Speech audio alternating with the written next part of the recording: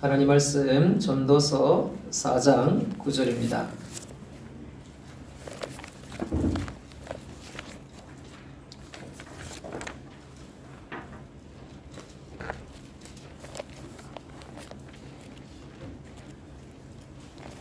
전도서 4장 9절입니다.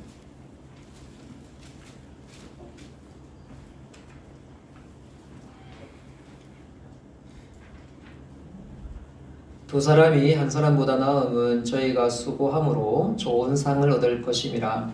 혹시 저희가 넘어지면 하나가 그 동물을 붙들어 일으키려니와 홀로 있어 넘어지고 붙들어 일으킬 자가 없는 자에게는 화가 있으리라. 두 사람이 함께 누우면 따뜻하거니와 한 사람이면 어찌 따뜻하랴.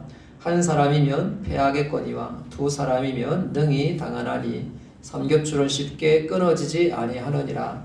가난하여도 지혜로운 소년은 늙고 둔하여 간암을 받을 줄 모르는 왕보다 나으니 저는 그 나라에서 나면서 가난한 자로서 복에서 나와서 왕이 되었음이니라. 내가 본즉 해 아래에서 다니는 인생들이 왕의 복음으로 대신하여 일어난 소년과 함께 있음에 저의 치리를 받는 백성들이 무수하였을지라도 후에 오는 자들은 저를 기뻐하지 아니하리니 이것도 헛되어 바람을 잡으려는 것이로다. 아멘. 아멘. 지난 수요일 예배 중에 한 분이 실시간 채팅장에 들어와서 이 시국에 교회에서 예배 드리는 게 합당하냐 이렇게 댓글을 남겨 놓았어요. 실시간이다 보니까 또 만독교를 아는 사람이 들어올 수도 있고 모르는 사람이 들어올 수도 있고 그래서 교회에 대한 걱정도 있습니다. 충분히 이해가 되고요. 그러나 우리 교회는 250석 좌석 중에 40명째 이렇게 예배를 드리고 있고 또 마스크를 끼고 예배를 드리고 있고 또 문을 다 열어놓고 예배를 드리고 있습니다. 어떤 식당보다도 안전하고 어떤 지하철보다도 안전합니다. 그리고 직분자 중심으로 예배드려서 그 외 성도들은 영상으로 예배를 드립니다. 혹이라도 지금도 우리 실시간 영상 가운데서 부정적인 또 생각을 가지고 있는 분이 계실까 싶어서 이렇게 말씀을 드립니다. 여러분이 영상에 있든지 또 이곳에 있든지 우리 함께 성령 안에서 진리 안에서 함께 예배를 드려야 하겠습니다. 저는 2014년 월드컵에서 독일과 아르헨티나가 결승전에서 만났어요. 독일이 1대0으로 이겨서 우승을 차지했습니다. 그런데 이제 최우수상은 아르헨티나의 최고의 그 축구 영웅이죠. 메시가 최우수상을 받았어요. 근데 이 메시의 얼굴이 그렇게 밝지가 않은 것입니다. 이해되죠? 이 축구라고 하는 것은 이 팀 스포츠잖아요. 내가 최우수상을 받는 것하고 팀이 우승하는 것하고는 이 기쁨의 정도가 영광의 정도가 다른 것입니다. 이런 공동체에 대한 것을 말해주는 좋은 예라고 생각이 듭니다. 이런 슬로건들 한번 들어보셨을 것 같아요. 가치의 가치. 앞에 있는 가치는 함께라는 가치, 가자는 거죠. 가치라고 하는 것은 두 번째 가치는 그 말하는 평가에 관련된 가치입니다. 그러니까 가치가는 가치의 가치, 함께 하는 것의 가치. 한 사람이 10걸음 가는 것보다 10사람이 한 걸음 가는 것이 더 낫다. 빨리 가려면 혼자 가고 멀리 가려면 함께 가라. 어떤 일을 할 때에 빨리 하고 싶으면 혼자 하면 돼요. 그러나 꾸준하게 끝까지 지속적으로 가려고 그러면 함께 가는 것이 더 유익하다라고 하는 거죠. 이것이 공동체에 대한 우리의 의미를 주는 슬로건이다 볼 수 있겠습니다. 하나님께서는 삼위일체, 삼위 하나님이다 이렇게 부릅니다. 세 분의 하나님이라는 뜻이 아니라 구별되고 구분은 할 수 있지만 분리되지 않는 하나님이시다. 한 분 하나님이시다. 우리가 이제 존재 방식이 인간으로서는 이해할 수 없죠. 하나님의 존재 방식을 우리가 이해할 수 없고 경험할 수 없기 때문에 잘 이해되지도 않고 그렇지만 하나님은 성부, 성자, 성령 하나님이 각각 구별은 되지만 분리되지 않는 완전한 공동체로 존재하신 하나님. 그래서 삼위 하나님께서 삼위 하나님의 형상대로 사람을 지으셔서 인간은 공동체로 존재할 수밖에 없다. 그래야만 된다. 우리는 공동체로 존재함을 하나님 형상 가운데 배우게 됩니다. 그래서 아담을 지으시고 독처하는 것이, 혼자 있는 것이 보기 좋지 않아서 아내를 만드셨어요. 하와를 만드셨어요.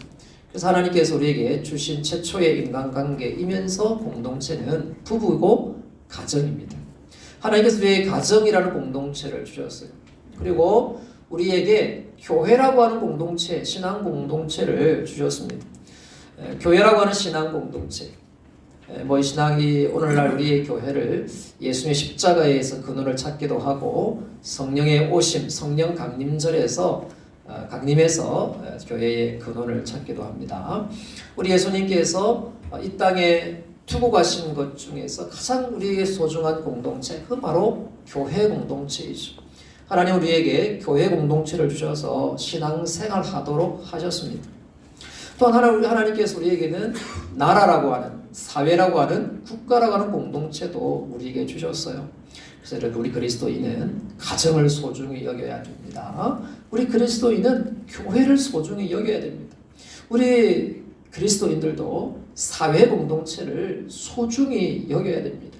왜냐하면 우리 주님의 제일된 계명은 하나님을 내 목숨을 다해서 사랑하는 것이고, 둘째는 이와 같으니 내 이웃을 내 몸과 같이 사랑하라 하는 이것입니다.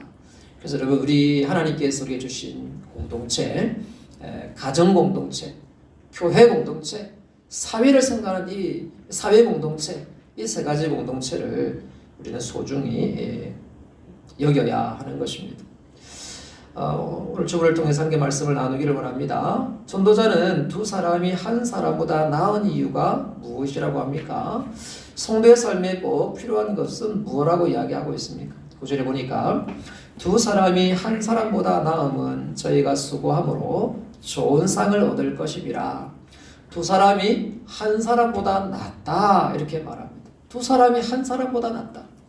그럼 과거에는 한 사람이 좀 특출해가지고 여러 사람 수십만 명을 수백만 명을 먹여 살릴 수 있는 그런 것들을 만들어낼 수 있죠. 물론 지금도 유용한 것입니다. 그런데 지금 이제 많은 경우에 있어서는 이제 함께 머리를 맞대어야만 뭔가를 만들어내는 그런 시대가 되어서 더더욱 두 사람의 함께하는 것은 더 소중한 시대가 되었죠. 그래서 이제 교육에서도 협력하는 것을 많이 시도하고 있습니다. 그룹으로 함께 프로젝트를 내어서 자꾸 훈련시키는 교육의 방식이 오늘날 많이 더 확대되고 있죠. 두 사람이 한 사람보다 낫다. 한 사람이 하면 하나를 만들어내면 두 사람이 하면 하나 이상, 두 개를 만들어낸다. 이렇게 이해할 수 있겠죠. 근데 이 말씀은 어떤 생산성에 있어서 효과에 있어서 한 사람이 하는 것보다 두 사람이 하면 더 낫다 이것을 이야기하면서 동시에 한 사람이 해서 한 사람이 만들어낸 결과물이 나오면 그 한 사람이 즐거워하지만 두 사람이 해서 두 사람의 결과물을 만들어내면 두 사람이 함께 나누고 함께 즐거워하는 좋은 상이 있는 것이죠. 자, 여러분 이것을 우리가 한번 생각해 보십시다. 한 사람이 전도했어요. 한 사람이 10명을 전도했어요. 근데 10명이 한 사람씩 전도했어요. 그러면 어떨까요? 결과는 똑같은데 즐거워하고 기뻐하고 다이나믹하고 역동적인 것에 있어서는 10명이 한 사람이 전도하는 것이 더 유익한 것이 있습니다. 여러분이 학습에 있어서도 이제 모여가지고 막 이야기하다가 아이디어가 나오는 경우들이 많죠. 함께 하면 유익한 것이 많습니다. 그래서 우리에게 정말 필요한 것은 연합이라고 하는 것이죠. 나 혼자 잘났다, 내가 너보다 잘났다 이런 생각이 아니고 다른 사람을 나보다 낮게 여기면서 함께 무엇을 하려고 하는 이 자세가 지혜로운 자인 것입니다. 이 사람이 두 사람으로서의 삶의 자세를 갖고 있는 거죠. 내가 너보다 나아 이런 생각 가지고 있으면 혼자 살아야 돼. 혼자 뭘 해야 돼요. 상대방을 존중히 여기고 상대방의 장점을 볼 줄 알고 상대방의 장점을 인정해 줄 줄 알면 두 사람으로 살아갈 수가 있어요. 여러분 한 사람으로 살아가는 데 있어서 익숙해 있습니까? 두 사람으로 살아가는 데 익숙해 있습니까? 상대방을 존중히 여기고 상대방의 장점을 인정해 줄 수 있는 사람이라면 두 사람으로 살아갈 수 있는 역량이 있는 사람인 거죠. 여러분 한 사람보다 두 사람이 낫다. 생산성에 있어서 낫고 그거를 가지고 같이 나눔에 있어서 낫다. 이것을 우리가 깨달아야 합니다. 전도자가 이야기합니다. 지혜자가 이야기합니다. 두 사람이 한 사람보다 나으면 저희가 수고함으로 좋은 상을 얻을 것입니다. 좋은 상은 결과에 있어서 효용성과 생산성에 있어서 그걸 함께 나누고 누림에 있어서 좋은 상이다. 좋은 것을 얻게 된다. 이렇게 이야기하는 거죠. 여러분 기도할 때도 나 혼자 기도하는 것보다 함께 기도하면 더 낫습니다. 더 나아요. 여러분 이제 주일을 지나고 나면은 저는 기도하러 가려고 해요. 근데 이제 기도하러 가려고 하는데 혼자 기도할 수 있어요. 근데 기도하는 곳에 가면 더 기도가 잘 돼요. 영적인 여러 가지 이유가 있고요. 함께 기도하는 것을 통해서 시너지 효과가 있고요. 영적인 자극이 되고요. 여러분 성령 충만하려고 하면 여러 가지 노력들이 필요하겠죠. 성령께서 좋아하시는 것을 하면 돼요. 근데 또 하나 중요한 그 힌트가 있어요. 팁이 있어요. 성령 충만한 사람 곁에 있으면 나도 성령 충만할 수가 있어요. 여러분 이 함께하는 것의 유익함입니다. 영적인 것도 그래요. 그래서 우리가 함께 모여서 예배할 때 은혜가 있어요. 우리 지금은 부득불 제한적인 예배를 드립니다. 중직자 중심으로 예배를 드립니다. 그래도 영상으로 예배드리면서 함께합니다. 이것이 장기화되면 분명 영적으로 위축됩니다. 장기화되면 내 신앙이 약화됩니다. 예배도 그렇습니다. 영적인 부분도 그렇습니다. 그래서 하루빨리 이 상황이 종식이 되고 또 좀 차도가 있어서 함께 모여 우리는 예배를 해야 됩니다. 지금 어쩔 수 없는 제한적인 예배를 드립니다만은 함께 모여 예배를 드려야 될 이유가 여기에 있는 거죠.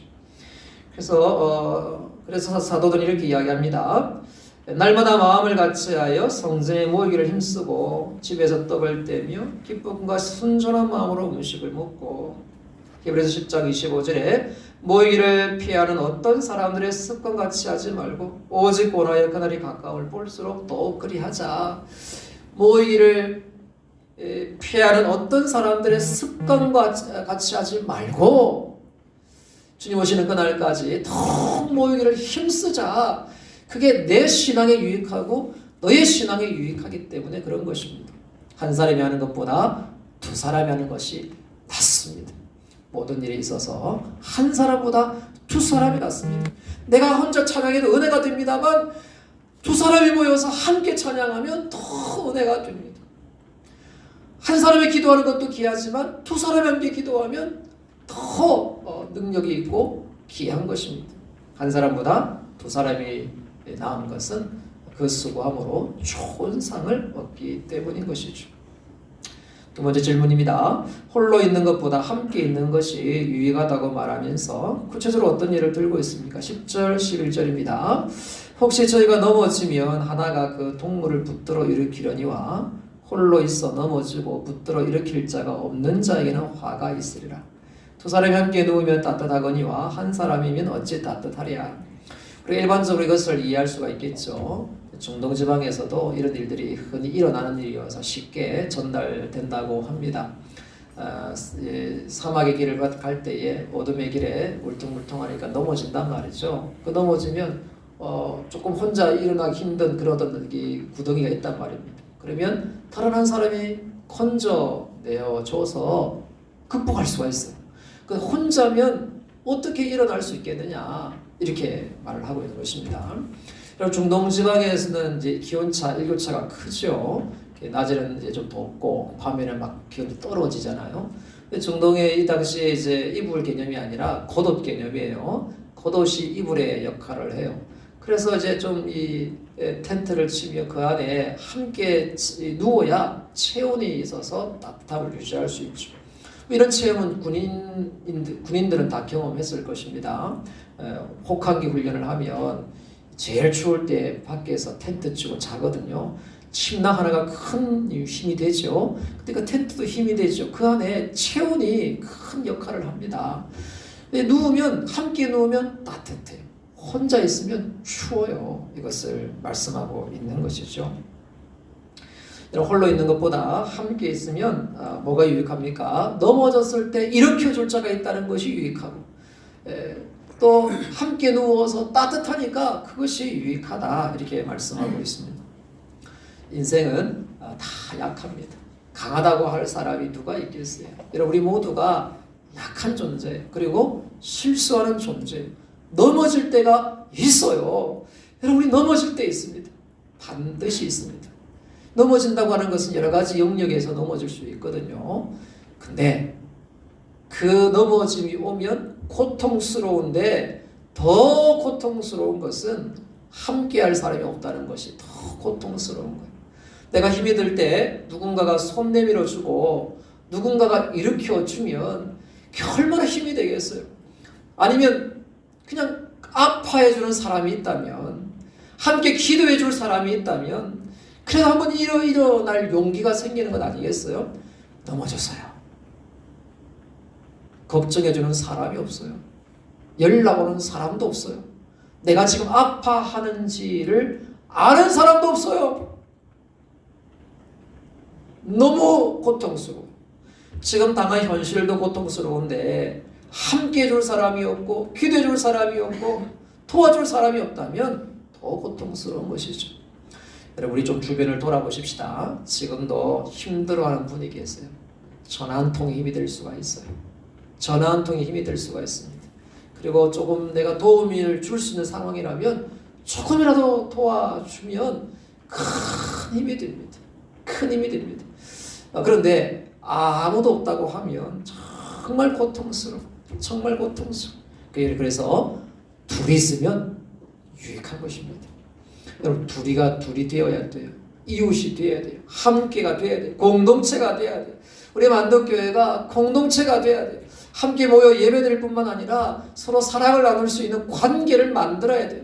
그래서 구역 모임이 중요하고 기관이 중요하고 서로를 함께하는 네트워크가 중요합니다. 어느 누구도 홀로 두지 않는 돌봄 있는 교회가 되어야 합니다. 그래서 여러분, 다른 사람에게 관심을 갖는 것, 손을 내미는 것, 이것이 둘이가 되는 것이죠. 손을 내밀지 않으면 혼자 살겠다는 거예요. 손을 내밀지 않겠다는 것은 혼자 살겠다는 것입니다. 누군가를 위한 기도가 내 기도에 없다는 것은 혼자 하겠다는 것입니다. 내 기도 속에 이웃이 있어야 되고, 내가 손 내밀 수 있는 이웃이 있어야 되고, 그래야 둘이 살겠다는 것입니다. 공동체가 살겠다고 하는 것입니다.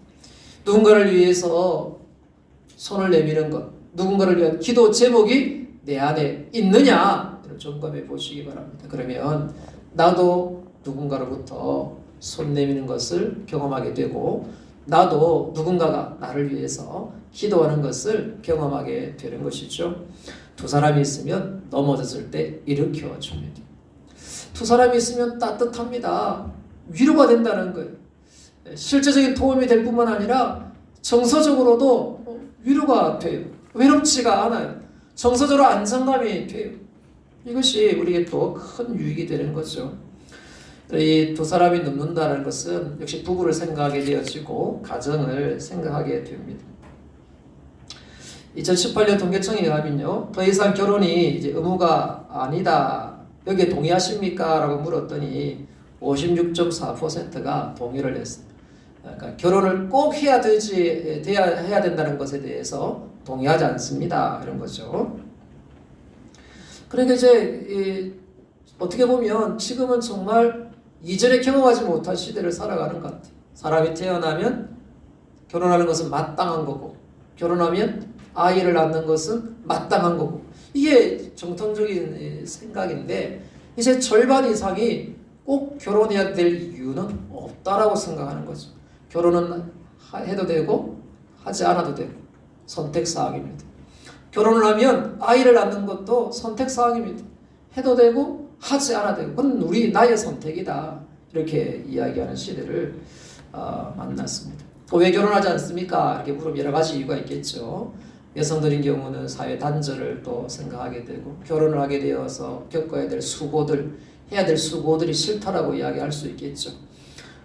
또 뭐 부부가 같이 또 결혼을 해도 아이를 낳지 않는 이유가 낳는 고통이 있고 양육하는 고통이 있고 사교육비가 많이 들고 또 결혼하는 게 또 집 장만하기 힘들고 등등 여러 가지 이유들을 이야기하는데 한마디로 말하면 수고하기 싫다는 거죠. 결혼의 대가 지불을 하기 싫다는 거겠죠. 근데 여러분 오늘 성경에 보면 우리 이렇게 말씀하고 있습니다. 8절에 보면 어떤 사람은 아들도 없고 형제도 없으니 아무도 없이 홀로 있으나 수고하기를 마지 아니하며. 무슨 말이죠? 결혼하지 않아도 아들이 없어도 인생은 수고하게 돼 있다는 거예요. 다른 수고를 하게 돼 있다는 거예요. 결혼하지 않는다면 맞아요. 결혼은 수고를 하게 돼요. 수고하게 돼 있습니다. 결혼이라는 대가 지불이 필요하죠. 근데 결혼하지 않으면요. 결혼하지 않으면 다른 수고를 해야 돼요. 다른 대가를 지불해야 돼요. 그게 인생이에요. 또 이렇게 이야기합니다. 부를 눈에 족하게 여기지 아니하면서도 이러기를 내가 누구를 위해 수고하고 내 식령으로 낙을 누리지 못하게 하는고 하나니 이것도 헛되어 무익한 노고라. 뭔가 수고해서 부를 가졌어요. 근데 그 부를 가지고 내가 누구 때문에 이 부를 갖지? 생각하니까 사람이 없어요. 주변에 함께 이 부를 누릴 만한 사람이 없습니다. 이 수고도 헛되다 이렇게 말하는 거죠. 여러분 함께 결혼 생활하는 것이 수고로운 것이 맞지만 그러나 결혼을 통해서 가지고 있는 유익함이 있습니다. 따뜻합니다. 외롭지 않습니다. 그래서 결혼을 통해서 오는 상처와 수고를 함께함으로 더 아름답고 행복한 가정을 만드는 데 포커스를 둬야 되지, 잘못된 결혼에 대해서 올바른 결혼이 되도록 잘못된 가정의 모습이 아니라 행복한 가정의 모습을 만들기 위해서 노력을 해야 되지, 그래서 결혼하지 않을 거야, 그래서 아이를 낳지 않을 거야, 이렇게 가서는 안 되는 것이죠. 여러분, 결혼이라고 하는 것은 정말 따뜻하게 만듭니다. 부부가 서로 힘을 모을 때 참 따뜻합니다. 자녀와 부모가 함께 가정을 만들어 갈 때 참 따뜻합니다. 여러분, 이것을 우리는 추구해야 하는 것이죠. 여러분, 교회도 영적인 가족입니다. 따뜻해야 됩니다. 말 한마디가 따뜻해야 됩니다.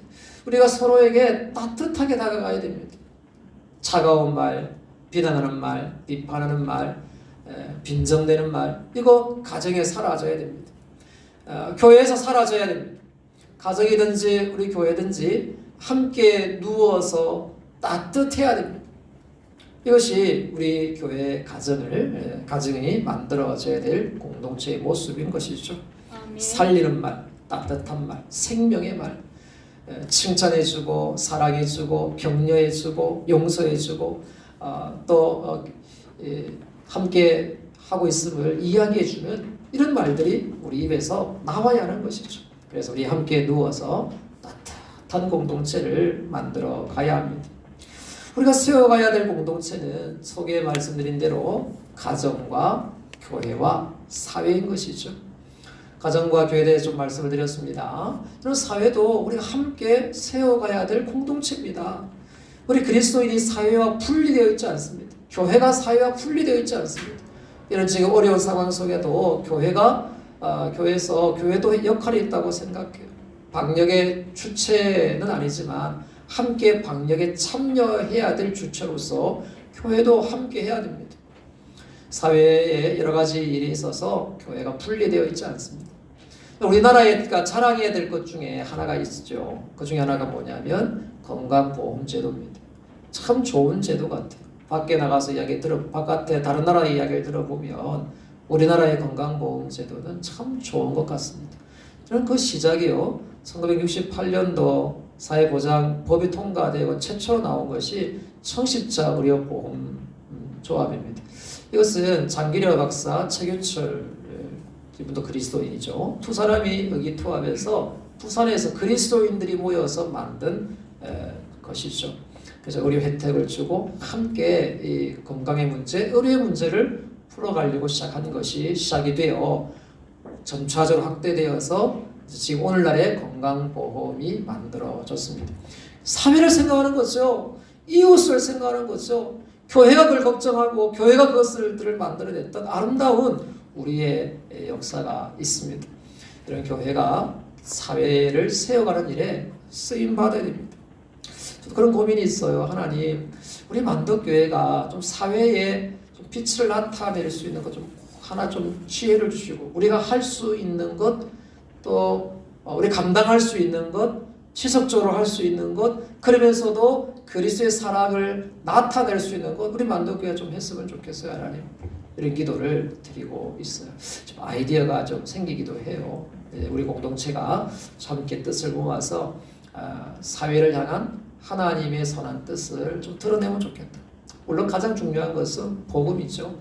그러나 또한 이 복음을 드러내기 위해서, 또 하나님의 선하심을 드러내기 위해서 이 사회를 향한 우리의 공동체 의식을 가지고 뭔가 착한 행실을 했으면 합니다. 좀 함께 고민했으면 좋겠어요. 우리 어떤 하나님과의 관계에 있어서의 영적인 부분뿐만 아니라 이 사회를 향한 하나님의 선하심을 드러내고자 하는 노력들, 이런 노력들의 열매가 우리 만덕교 안에서도 있었으면 합니다. 그래서 우리 가정과 우리의 교회와 우리의 이 사회를 향한 공동체 의식을 가지고 우리가 살아가야 하죠. 우리나라를 자유민주주의라고 부릅니다. 자유민주주의, 개인의 자유를 최대한 보장해 주는 것이죠. 그러면서 그렇게 하면서 공동체를 만들어가는 것, 이것이 자유민주주의입니다. 하나님께서는 개인의 자유의 존엄성을 우리에게 주셨어요. 우리 교회도 마찬가지입니다. 여러분의 개인의 신앙과 양심의 자유를 교회는 인정합니다. 그러면서 그 신앙의 자유와 양심이 모여서 교회 공동체를 유익하게 하도록 되어지는 것이 건강함입니다. 신천지가 요즘에 떠들썩하잖아요. 신천지는 공동체가 우선이죠. 개인의 모습은 뒷전에 빠집니다. 개인은 피폐해도 개인의 영혼보다, 개인의 영적인 상태보다, 개인의 삶보다 공동체가 더 우선됩니다. 그래서 이 젊음의 때를 놓친 사람들이 경제적으로 또 학업에 있어서 손해보는 사람들이 참 많죠. 이런 공동체와 개인의 자유가 함께 건강하게 만들어져야 됩니다.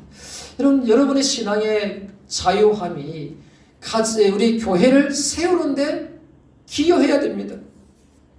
여러분, 우리 각 가족 구성원들이 각자의 어떤 그 달란트를 가지고 하지만 함께 모여 가정의 유익을 세워가는 것과 같습니다. 그 개인이 또 사회에 기여하는 것이 그리스도인의 삶의 자세여야 됩니다. 우리의 하나님께서 우리의 개인에게 주신 달란트들이 있는데요. 그것들이 가정을 세워가고 교회를 세워가고 사회를 섬기는 일에 쓰임 받아야 됩니다. 그것과 분리되어져 있는 개인의 유익이라고 하는 것은 건강한 것이 아닙니다. 가정과 교회와 사회에 유익을 주지 못하는 개인의 역량과 재능과 실력들은 건강한 것이 아닙니다. 유익한 것이 아닙니다. 도움이 되지 않습니다. 하나님은 우리에게 공동체로 존재하도록 우리를 창조하셨습니다.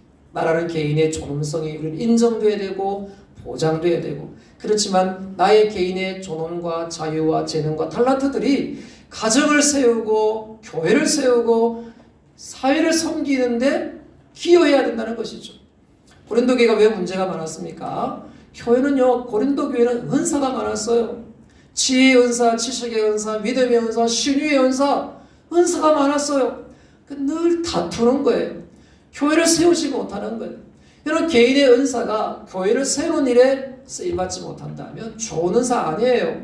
좋은 은사 아닙니다. 은사 자체는 좋은데 건강하게 사용되지 못하고 있는 것이죠. 잘못되게 사용되고 있는 것이죠. 여러분, 하나님께서는 공동체로 존재하도록 우리를 만드셨다. 개인의 역량 존중해야 됩니다. 개인의 신앙과 자유 존중해야 됩니다. 그것들이 교회를 세우는 일이에요. 우리 교회도 또 우리 가정도 공동체를 세워가는, 사회를 또 섬기는 일에 쓰임을 받아야 하는 것이죠. 전도자는 젊고 가난한 소년이라 할지라도 무엇을 갖추면 어리석은 왕보다 낫다고 합니까? 13절에 보니까 가난하여도 지혜로운 소년은 늙고 둔하여 간암을 받을 줄 모르는 왕보다 나으니 저는 그 나라에서 나면서 가난한 자로서 옥에서 나와서 왕이 되었음이니라. 옥에 이제 갇히는 경우는요, 죄를 범해서 옥에 갇히게 되고요, 빚을 다 갚지 못하면 옥에 갇히는 거예요. 그래서 이 가난을 이야기하고 옥에서 나왔다는 것을 보면 이 사람은 가난해서, 집안이 가난해서 빚을 다 갚지 못해서 옥에 간 사람으로 볼 수 있겠습니다. 가난하여도 지혜로운 소년, 가난한 자로서 옥에서 나와서 특히 이 젊은 사람이 지혜가 있어요. 지혜가 있어서 왕이 되었다. 어리석은 왕은 가난한 사람, 충고하고 조언하는 신하들의 말을 듣지 않는 왕에 대해서 어리석은 왕이다, 이렇게 이야기하고, 비록 가난해서 옥에서 나온 자이지만 지혜를 갖추었더니 왕이 되었다, 이렇게 말씀하고 있습니다. 그럼 두 가지를 생각해 볼 수가 있습니다. 하나는 권력보다 더 중요한 것은 지혜다. 어리석은 권력보다 지혜로운 자의 말이 더 유익하다. 지혜가 더 중요한 것을 이야기합니다. 여러분, 이 땅을 살아감에 있어서 정치 권력이 있습니다. 이 땅을 살아가면서 경제 권력이 있습니다. 그것보다 더 중요한 것, 더 귀한 것은 지혜다. 하나님을 경외함으로 하나님의 말씀이 내 안에 있는 자, 이 사람이 더 유익한 삶을 살고 복된 삶을 살아간다는 것입니다. 여러분, 곤불 10년이라는 게 있잖아요. 권력이 10년을 못 가요. 권력이 해줄 수 있는 것이 한계가 있어요. 그것보다 지혜가 있는 자가 줄 수 있는 것이 더 많고 더 유익하고 더 행복하다. 그러면 우리 지혜를 갖도록 힘을 써야 됩니다. 권력은 없더라도 지혜는 있어야 된다. 권력은 없더라도 지혜는 있어야 된다. 하나님을 경외하는 마음이 있어야 되고 하나님의 말씀이 내 안에 있어야 된다. 내 자녀에게 다른 어떤 권력을 물려줄 수 없다 할지라도, 경제 권력을 부를 물려주지 못한다 하더라도 하나님을 경외하는 마음은 내가 내 자녀에게 줘야 되겠다. 이 사람이 지혜자인 것입니다. 하나님을 경외하는 마음, 하나님의 말씀을 물려줄 수 있는 나의 삶이 되게 도와주옵소서. 내 자녀가 하나님을 경외하는 마음으로 자라게 도와주옵소서. 하나님, 내 자녀의 마음속에 말씀이 있게 하여 주옵소서. 이 마음을 가지셔야 됩니다. 우리 교회에서 성경 쓰기를 하고 있고, 이 성경 쓰기를 암송해서 8월 달에 성경 시험을 치려고 해요. 양이 작아요. 기간이 충분해요. 특별히 여러분 자녀를 둔 우리 부모님들은 제가 좀 부탁을 드립니다. 그리고 또 명령합니다. 꼭 하십시오. 반드시 하십시오. 한 달 동안 외우는 거예요. 이거는 아무리 머리가 나쁜 사람도 다 외울 수 있어요. 마음이 없으면 절대 못 외워요. 마음만 있으면 학생들은 다 외울 수 있어요. 이런 말씀을 좀 심어주세요. 간곡히 부탁으로 권하고 또 명령합니다. 한 달 동안 쓰게요. 조금만 마음만 먹으면 외울 수 있어요. 이것을 2월, 3월, 4월, 5월, 6월, 7월, 8월까지 해서 8월에 시험 치려고 해요. 교회에서 격려해 주려고 해요. 상도 주려고 해요. 함께 동참해 주시기를 바랍니다. 우리 나이가 있으신 분도 할 수 있는 대로 좀 외우십시오. 그리고 말씀을 마음에 두십시오. 그리고 순간순간 말씀을 묵상하시고 말씀 붙잡으십시오. 말씀, 지혜가 있어야 유익하고 행복하고 왕보다 낫다는 거예요. 왕보다 낫다는 거예요. 지혜가 있는 자가 왕보다 낫습니다. 근데 옥에서 나와서 왕이 된다는 게 참 여러분 이게 극히 힘든 일이죠. 이 옥에서 나와서 왕이 된다는 극히 힘든 일입니다. 성경에 이제 대표적인 것이 요셉이 나오죠. 왕은 아니지만, 자리는 왕이 아니지만 실제적으로 왕 노릇한 총리이죠. 다니엘이 있습니다. 이제 뭐 노예로 볼 수도 있겠고, 아니면 뭐 노예가 아니라고 볼 수도 있겠고, 어쨌든 이제 외국인으로서 붙잡혀온 그 신분이기 때문에 그가 총리가 된다는 것은 사실상 어려운 일, 극히 드문 일이죠. 그런 일들이 일어나는 것을 보면 그것은 하나님의 손에 달려있다. 극히 어렵지만 권력은 하나님께로부터 나온다라는 사실을 보게 됩니다. 우리나라 역사 가운데서 여러 대통령이 지나갔어요. 이런 정치적인 성향에 따라서 지지할 수도 있고 반대할 수도 있어요. 지금 있는 정부에 대해서 정치적 성향을 따라 지지할 수도 있고 반대할 수도 있어요. 근데 여러분, 권력은 하나님께로 나온다는 사실을 인정해야 돼요. 지금 정책에 대해서 반대할 수도 있지만, 그렇지만 정부가 하는 그 자체에 대해서는 존중하기는 마음이 있어야 돼요. 왜냐하면 이 나라를 안보를 지키고 있고 경제를 하는 주체, 물론 이제 정부 혼자 하는 건 아닙니다만은 어쨌든 이런 이 상황 속에 방역도 해야 되고 하기 때문에 우리 그리스도인은 근본적으로는 정부에 대한 존중과 지지하는 마음이 있어야 돼요. 그러나 물론 이제 선거가 되어서 할 때는 여러 정치적인 의사를 가지고 또 여러분의 어떤 자유로운 투표를 할 수가 있겠습니다만은 그러나 정부가 하고 있는 것 자체에 대해서 우리 국가에 대한 존중하는 마음은 가지는 것이 올바른 자세입니다. 왜냐하면 권력은 하나님께로부터 나오기 때문에 그렇죠. 물론 이제 복잡한 여러 가지 조건이 붙을 때는 또 달라지는 상황이 있겠습니다만은 일반적으로 권력은 하나님께로부터 나온다. 하나님이 허락하셔서 주신 것이다 라는 사실을 인정해야 하는 것이죠. 그래서 여러분, 급하면 소방관이 와 불 꺼야 돼요. 불났을 때 급하면 강도가 오면 112에 전화해야 돼요. 경찰이 와야 돼요. 급하면 앰뷸런스 타고 응급실 가야 돼요. 우리는 그걸 존중해야 된다는 것입니다. 경찰을 그 다음에 이제 군대가 그리고 또 이 사회가 가지고 있는 것들에 대한 존중하는 마음이 우리 안에 있어야 한다는 것이죠. 이것도 결국 공동체와 관련된 이야기인 것입니다. 그래서 여러분 오늘 메시지의 핵심은 무엇입니까? 함께하는 것의 유익입니다. 가정으로 또 교회로 사회로 함께하는 것의 유익인 것입니다. 사랑하는 성도 여러분, 우리의 가정이 행복한 가정이 되게 하여 주옵소서. 하나님 기뻐하시는 가정이 되게 하여 주옵소서. 따뜻한 가정이 되게 하여 주옵소서. 우리 교회가 참 공동체로서 역동적이고 우리 공동체로서 하나님 앞에서 하나님을 예배하고 신앙의 유익을 주고 서로에게 따뜻함을 주는 교회 공동체가 되게 하여 주옵소서. 하나님, 이 사회가 사랑을 느낄 수 있는, 사랑을 나눌 수 있는 그런 공동체가 되도록 그리스도인이 기여하게 하여 주옵소서. 예수 믿는 사람은 이기적이더라, 이 말 듣지 않게 도와주옵소서. 그리스도인들이 뭔가 다르더라, 뭔가 이 사회의 공동체를 위해서 기여하더라, 이것이 그리스도인의 삶의 자세인 것이죠. 가정을 사랑하십시다. 교회를 사랑하십시다. 이웃을 사랑하십시다.